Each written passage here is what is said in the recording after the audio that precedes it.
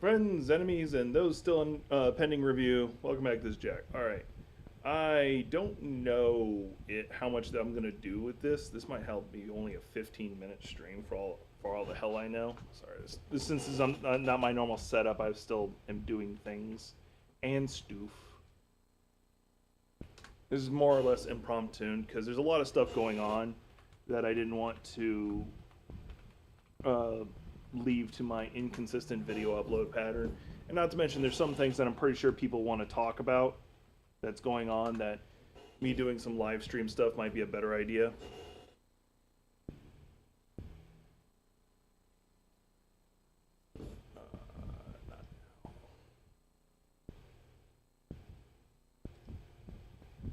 Cool, there we go. So basically what I was doing just then was I was actually logging into my own chat on here on OBS so I could drop links if I have to. I have two keyboards, so because I have two computers. I'm lucky enough to have that. All right. So there's a lot going on in the news, and the way I'm planning on doing these streams is I want to. So normally when I do my videos, I try to keep them as educational as possible. I try to. I'm not gonna say neutral because like I do a whole segment usually talking about what philosophically I think we should do. As an example, like with military budget, I haven't done a video on this yet, but when I talk about military budget, I think it needs to be cut by at least half and be retooled more for humanitarian aid than us being a world police.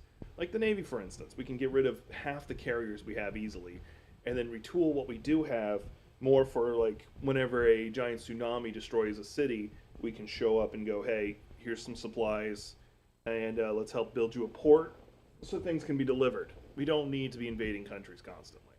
But that'll never happen, honestly, because of the military-industrial complex. I'm almost out of coffee. I forgot to fill it up before I went live. So, but I got my water. I should be fine. All right. I think I've stalled. So we're in the first month-ish of Donald Trump being in office, and we're already seeing a lot of not so good stuff. I am losing frames. I think I know why. If I hit stop streaming to fix it, it'll probably cause problems.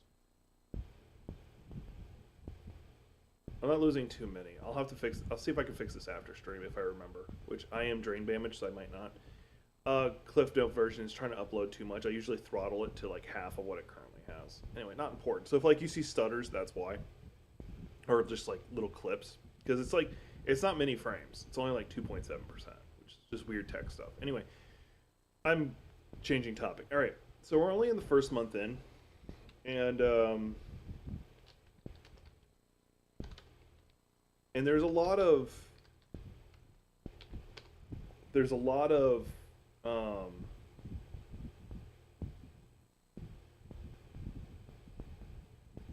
kafucky going on right now.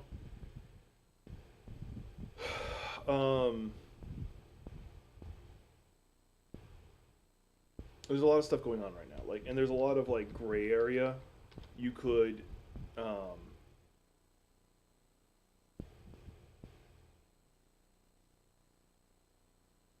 trying to find like the specific report I'm looking for.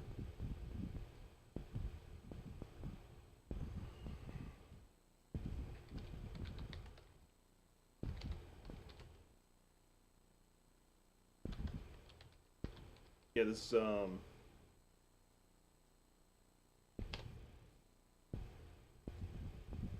we go. So this is from NBC, and I can pull it up on multiple sources. But so this one is in a kind of a gray area whether or not you want to blame the current president for it or the previous president. It's up to you. I'm going to lean it towards blaming Donald Trump. And one, it is I'm partisan. But two, you can't argue it's some of the policies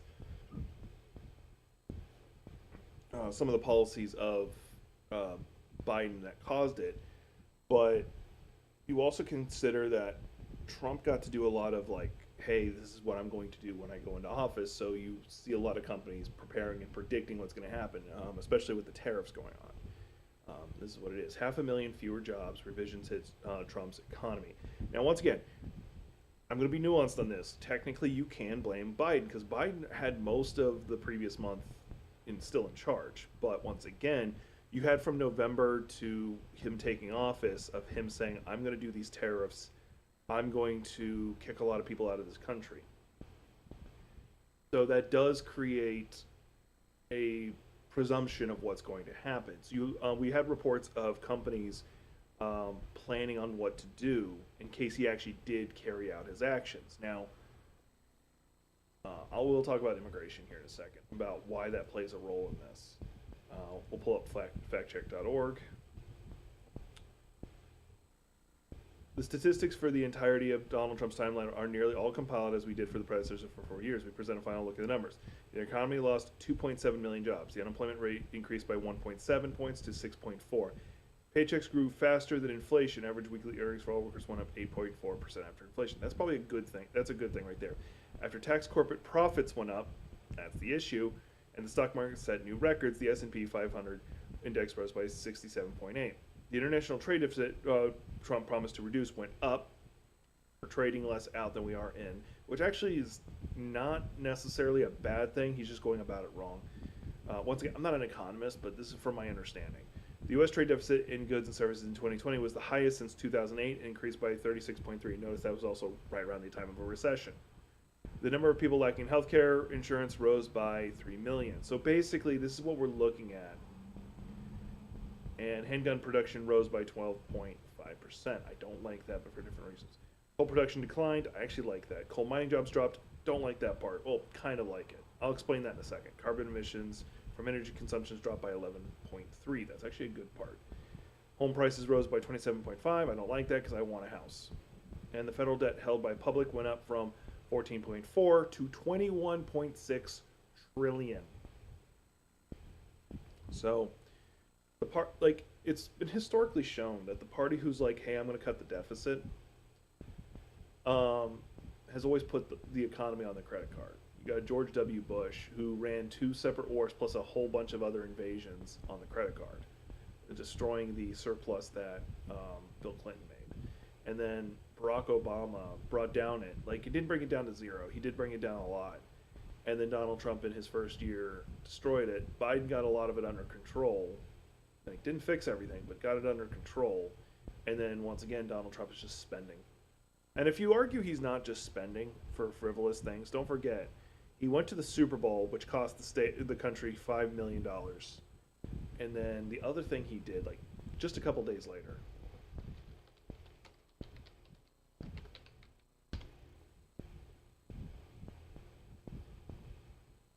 He also went to NASCAR, like, the next day later, like a couple days later. And then he drove around. He didn't drive around the track. He got to ride in a limo as it circled the track. Right now, you're already seeing him just wasting money. Like 5 million here, 5 million there, just living the good life that we don't get to do. And I don't like that. Especially when his administration is just firing people left and right without any real thought. You have the IRS losing a lot of people. Now, some of you are like, I like that idea because that means they're not going to double check my taxes or give me too much harassment. Well, the problem is they're actually going to target you more. And it sounds like counteractive, whatever.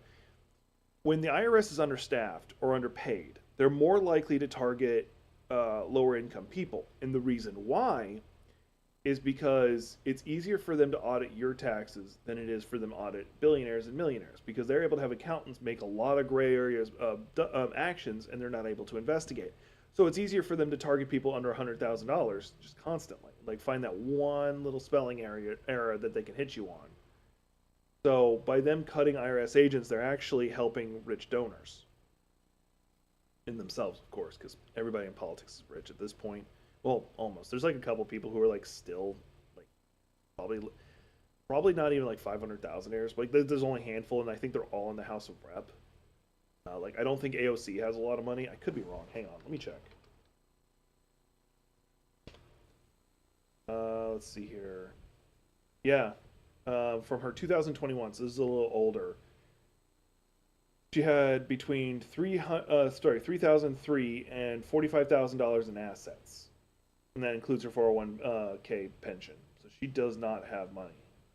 She doesn't trade in stocks. So she's not rich. Like what I'm looking at from her own thing. That's from Open Secrets. And you got Yahoo. Yeah, she's just not rich.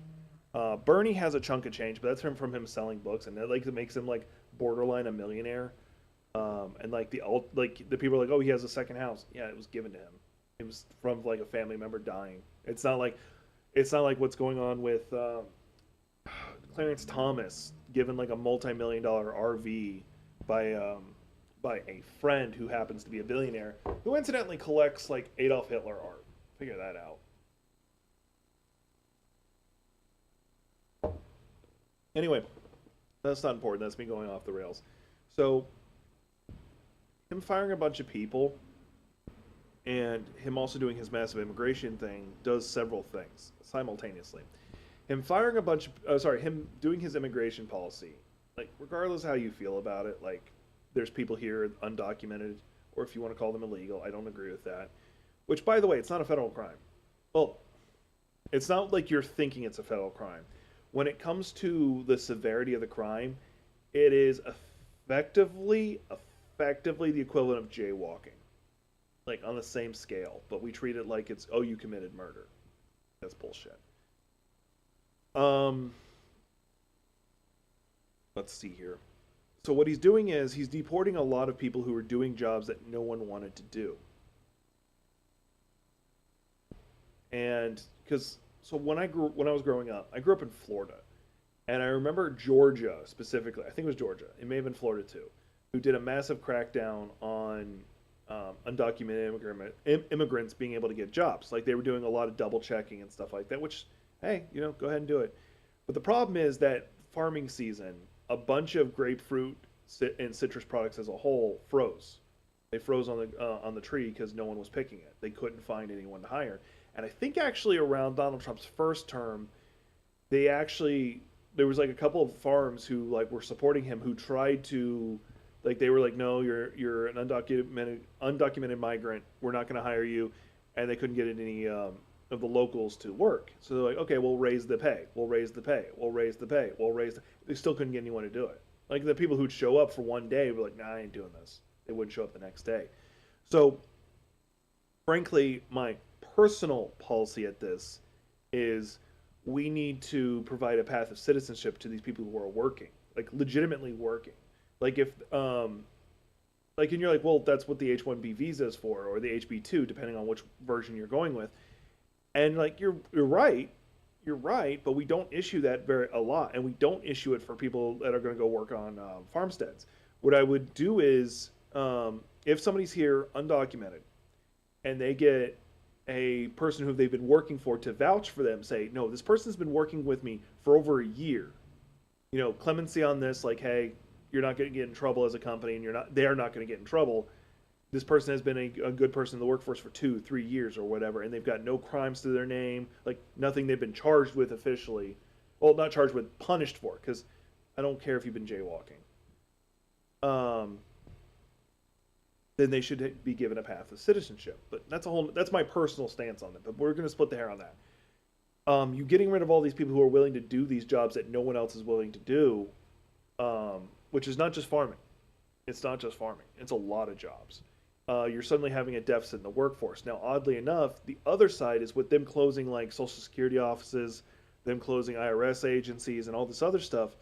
What they're also doing is just getting rid of a lot of jobs in these local areas, because people forget the IRS does not exist in Washington. It actually exists in multiple states. So what that does is by closing these offices, you're suddenly finding these towns that were built up around these government jobs suddenly having no primary workforce. One of my buddies works at 3M. In the state he lives in, he works at 3M. And 3M is not the only major company there, but it's the best paying. And it hires a lot of people.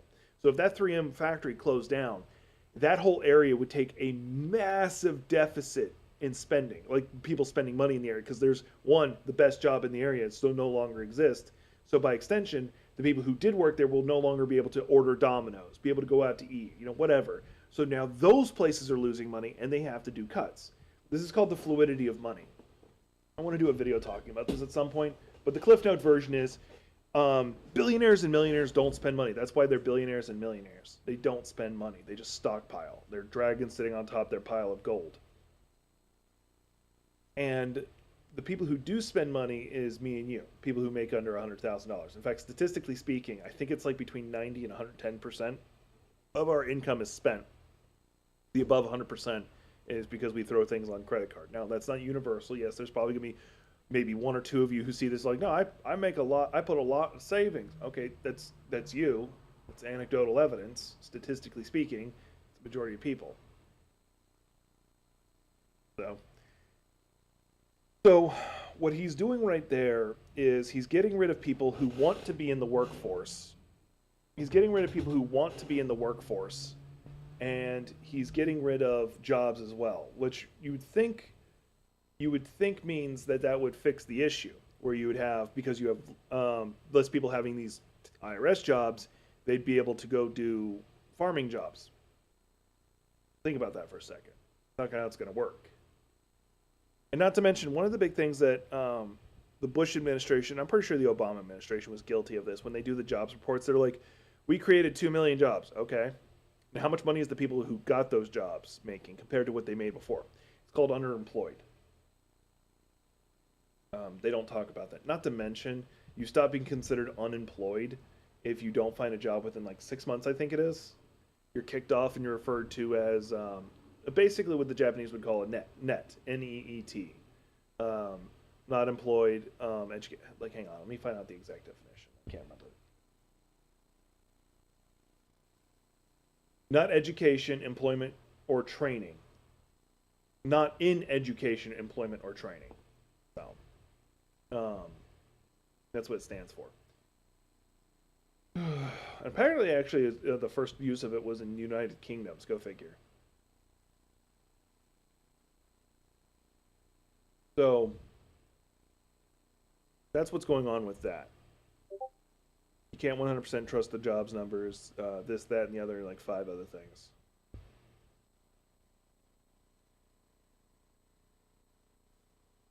Hang on, I gotta answer somebody on something.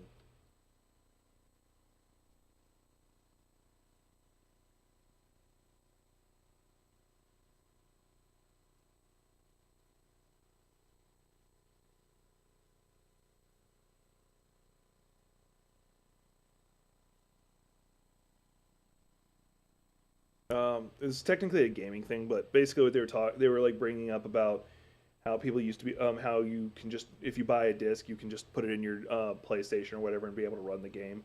And my answer is that's not how it works anymore. The majority of discs are used as DRM, so you can't do that. There's actually nothing on the disc. So anyway, I wanted to talk about this. I'm gonna make a video about this, but let's talk about it now. I'm gonna do a whole series on this. There's a lot of rhetorical tricks people in debates will do, and the one I wanted to cover in this one is called appeal to emotion. You see this on social media, and you're like, "Oh my God, these doctors are heartless." For those who are just listening, Cincinnati Children's Hospital denies child a heart transplant because she isn't vaccinated for COVID due to religious beliefs. Now, there are 2 ways you would answer this. If you're somebody who already doesn't like believe in COVID or whatever, you're like, "Oh, these people are just letting a kid die." If you're somebody who's inclined to be like, "No, the vaccinations are important," you might think something's up with this, like they might have a reason, but they might still be heartless. There's an actual greater reason. I'm going to pull up the information on it. But the Cliff Note version is, when you get a transplant, especially a heart transplant, you're put on an epic mess ton, I'm trying to watch my language a little bit, of immunosuppressants.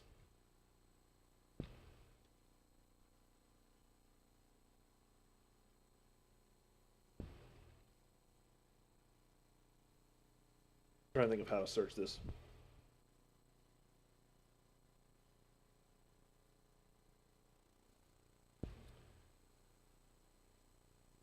Here, I'll just let you look at the AI thing of it. After an organ transplant, your immune system is weakened by immunosuppressants, like I said, making you much more likely to get an infection. So, by them not having the base level of resistance to COVID during the pandemic, still technically going on, we're just much more prepared for it, I guess. And slash not doing anything about it. Um, that person is more likely to get COVID because their immune system is being suppressed, so that their body doesn't just automatically kick the heart out. And then you're like, well, they still could have done it. No, no, no. The policy is when it comes to organ donations, is triage, meaning it's going to go to the person who most can use it. In fact, if you watch Dr. House, that comes up all the damn time. It's one of the most common things whenever they're doing a donation. In fact, I think one of the best ones is an early one. There's a woman who needed, I want to say it was a liver transplant, and Dr. House finds out that she's actually cutting herself or something like that. Something that would technically have, even though it had nothing to do with what was wrong with her, it technically would have gotten her kicked off the transplant list. And he kept it a secret. And then they find out like halfway through the surgery, and they're like, he gets in trouble for it. So, like, funny enough, the people who are usually like very like Dr. House is right, he's the kind of guy I like, are also the same people who are like who would have actually raged against that.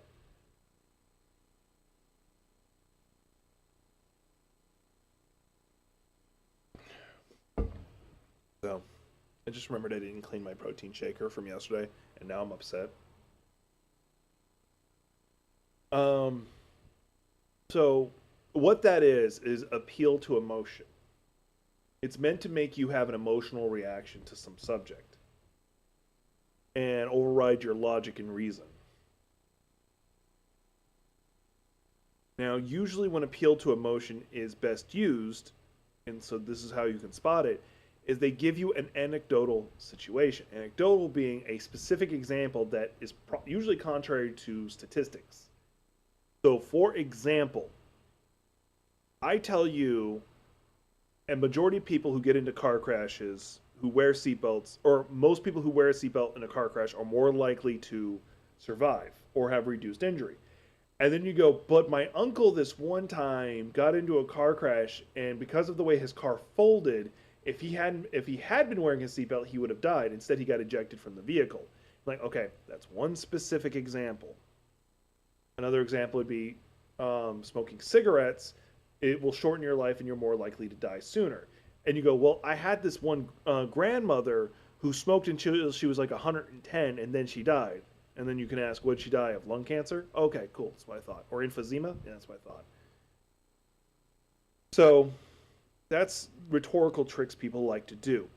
And the other side of the coin is when the big picture doesn't work in your favor, when your like stats and figures don't fit for your picture, you look at the small details to prove your point. And when the small details don't prove your point, like you can't find good enough emotional stories, you go with statistics. If you have neither, then you just lie. That's what they do. They gaslight you and lie, which I'll talk about gaslighting another time.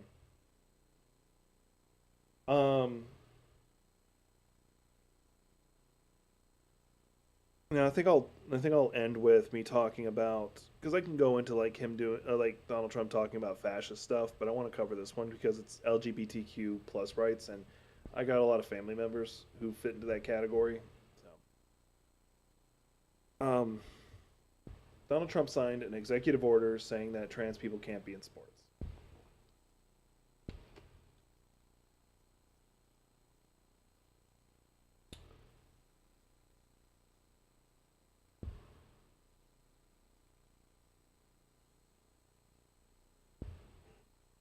There is 0.95% of US adults identify as transgender.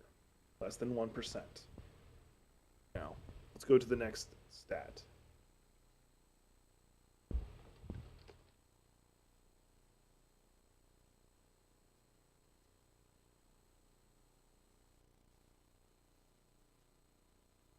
I kind of don't want to use them because they're very. Here we go. You ready? Okay. So I want you, before I answer this, how many trans people are in sports? I want you to think of a number. I'm going to throw a couple numbers out. Is it 100,000? 10,000? 1,000? Is it 100? What do you think it is? What do you think it is? I want you to think about it. Put that number in your brain. Think about it. With how big of an issue people talk about it, how many is it? Like we're obviously not talking about like high school where it doesn't really fucking matter, or middle school where it really doesn't fucking matter. How many people are actually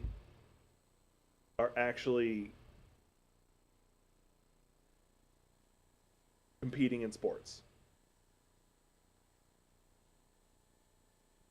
You got your answer? You ready for it? All right. According to the Williams Institute, which is UCLA law side publications, they give two answers, which I'm going to go with both. The NCAA president says less than 10. And then there are 40 trans athletes that openly compete in college sports as a whole. So we're going to say 100. We'll round it up to 100. Because of 100 people, Donald Trump, the president, is signing executive orders banning them from sports instead of doing literally anything to make your life better. Does Francine, I'm making up names here, not being able to play baseball cause a problem? Does it cause a problem for you? Can't imagine it does. Does it take food off your table? Does it take money out of your paycheck? Do any of these things? Did it raise the price of eggs? Raise the price of gas? Is it the reason your tire blew out last week? No. I hope none of y'all's tires actually blew out last week. It does none of those things. And yet for some reason, the Republican Party, for the last 4 years or whatever, have decided that trans people and migrants are the responsible for the destruction of America in all ways, which is not the case. And specifically trans people playing sports. There's a weird dichotomy. Like there's this weird thing that keeps getting brought up.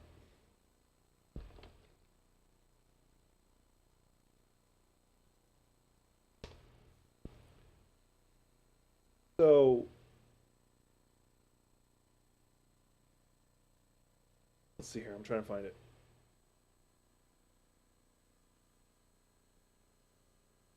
So here's a fun one for you. Here's a fun one for you. Ready for it?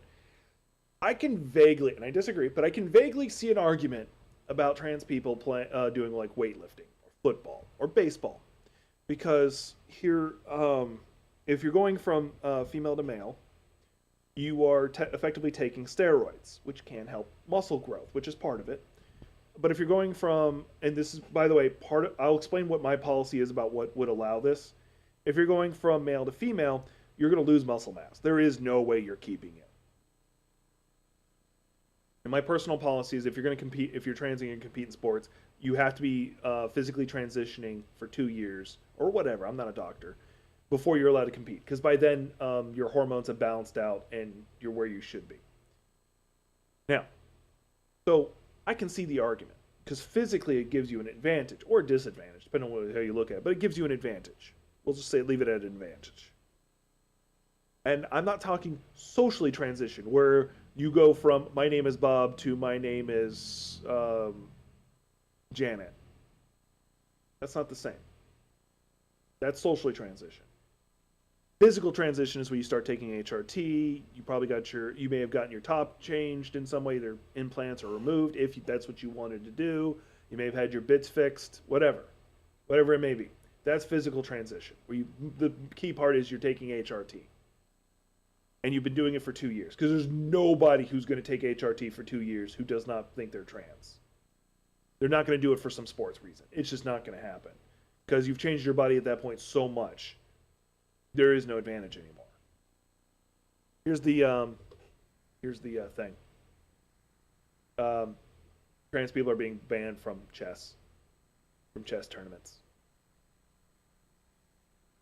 So trans people now have an advantage when playing chess. That's just misogynistic. Like even if you're saying that, not what I think, that trans people don't exist as just people who are mentally ill. I don't think that, but let's say that's what you're saying. You're saying that, I hate saying it this way, men have a physical advantage over women in playing chess. That's just misogynistic. That's just saying that men are superior to women by default. And I don't like that. It pisses me off. So, anytime you say anti trans stuff, I want you to remember that. There's no logic to it. It's just phobia. It's just hatred. It's just fear of someone who is slightly different from you, who defy your what you define as normal and expectations. Now, is there things we can discuss? Like I just said about trans people in sports. Yes, there is a discussion in that. There is a discussion of difference between someone who is socially transitioned and someone who is physically transitioned. There is a drastic difference between these two conversations. Then you saying that and just a blanket no. Because there's no rhyme or reason to it. You're banning 40 people, maybe 100 people from playing sports. And you have people who build whole careers saying that trans people shouldn't be in sports. Like, legitimately have no reason. Hang on.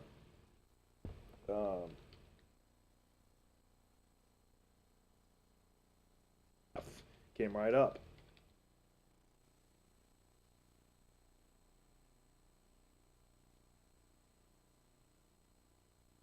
Trying to find, so this is the trans swimmer, but I'm trying to find the person who keeps attacking her for no freaking reason.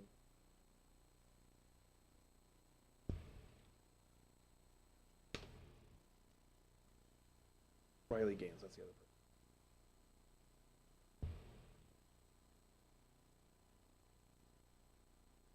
All right, so this is Riley Gaines, and I don't want anybody to attack them either socially or physically. But this is me when we talk about this. This is Riley Gaines. Riley Gaines has become a right-wing political commentator for no freaking reason, and she lost a race against a trans woman, person who had transitioned, and yeah. And now because she talks out about trans people, she now makes, what, millions of dollars bitching about that constantly.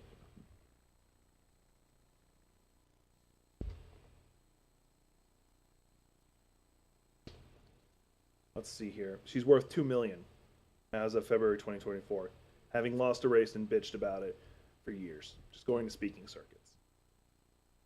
That's all she's done. Let's see here. Here's one that's interesting.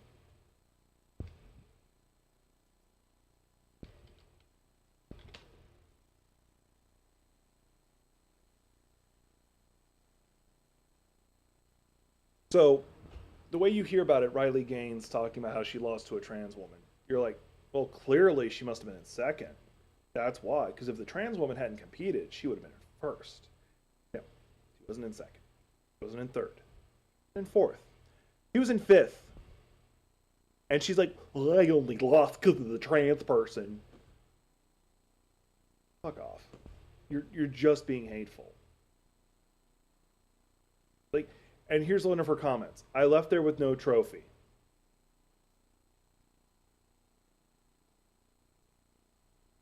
Hey, Trickster. I'm almost done here, so sorry you're here so late. This is just someone being hateful. They didn't win, and they just wanted an excuse. That's all there is to it. Now, there is a specific, she placed fifth in the 200-yard freestyle final at the 2022 NCAA championship. She tied for the spot with Leah Thomas, a transgender woman. You can go back to them if you want. Meaning, trans woman didn't win either. She wasn't in first either. She was tied fifth. Leah Thomas hadn't been there. It's not like she would have won. It's not even like she would have came in second and gotten a trophy, or third and gotten a trophy. She would have still been fourth or fifth. Riley Gaines just wants attention, and that pisses me off. So, whenever somebody says trans people shouldn't be in sports, they're not even winning all the time. They like have an advantage. And I got one more rant. I lied. I have one more rant because I got to yell at TYT. So I followed TYT for a long time. Cenk Uygur, Anna Kasparian. I still like Damage Report. I still have respect for J.R. Jackson and Dr. Rashad Ritchie. And where my issue comes in at, and this is where I first like realized there was something wrong. Donald Trump did his whole like fake female weightlifter thing, like where he looks like he was shitting himself on stage. This is like 2004. Sorry, 2024. Actually, hell, it may have been 2020. I can't remember. But anyway, he does that, and Cenk Uygur and Anna Kasparian are discussing it, and they're like, "Yeah, the trans people shouldn't be in sports." I'm like, "Okay, I disagree with you." Or actually, no, that's not how they phrased it. They said, "I don't like it, and I don't feel like we should Democrats should fight for it because it's just the Republicans trolling you."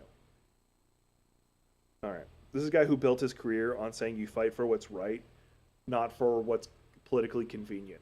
This was the start of their right-wing pivot in my head. This is also shortly thereafter that Benny Carolla, the one trans woman who worked for them, left the company.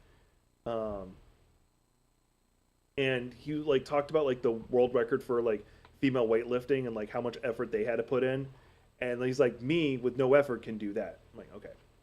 First off, once again, if a trans person is competing, they've already been on HRT for a while. Go to hell. And then I started like looking into more about the company as a whole, and I found out they've been union busting. Benny Carolla wasn't the only trans person who's left the company. In fact, they've had a lot of people leave the company for questionable business practices. Probably one of the what's his name? He's somebody I follow, and I forgot his name just now. He was someone who actually used to like make a lot of combat.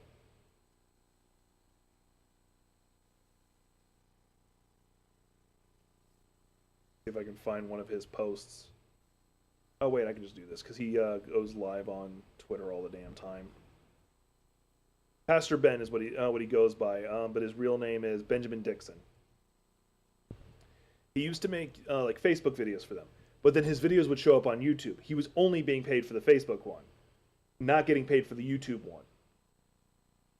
So he quietly left the company, didn't bitch about it, just like, nope, you guys are kind of screwing me over. I'm just not working with you guys anymore. Went off and made his own career. And then recently he came out and revealed the truth. He's like, no, you guys were stealing money from me. And Anna Kasparian's response is, you left the company because Rashad Ritchie got a YouTube channel and you didn't. Fuck off, bitch. Like, I used to have some, like, I didn't like her. Like, she wasn't, I didn't like her commentary. She just seemed annoying. But I at least had some respect for her and Cenk Uygur. But they pretty much seemed like to give up on everything they stood for. And I just don't like it. I need to figure out a better camera angle, because at this angle, it makes it more obvious how big my forehead is, and I'm kind of self-conscious. Alright, that's what I got for y'all. This was an impromptu thing. I'll try and figure out like a better way to do this, and I'll actually have news stories set up instead of just like going from a string of consciousness to the other. If you got news stories you want me to comment on and you see me going live on here, get ready to drop them in the comments. I'll talk about anything. Try to keep it politics oriented or philosophical in origin, but because my gaming stuff's for my gaming channel. I try to keep my stuff separated for a reason. Let me check my Discord. I usually keep a list of stories I want to talk about. No. You know what? I'll throw this out there. Just because it does play a part in my existence, because I'm a veteran. Let's just cover this one real fast. Talking about LGBTQ stuff. The Department of Veterans Affairs has canceled suicide prevention training because it includes considerations for LGBTQ plus community veterans. Both parts of that fucking suck. It's getting rid of because there happens to cover details about LGBTQ plus, and it's also getting rid of suicide prevention. I'm a veteran. I have considered it before. I have prevented other people from doing it. This is going to get people killed. No joke. Anyway, so yeah. The government doesn't care about you. You're a paycheck to them. See you on the next one.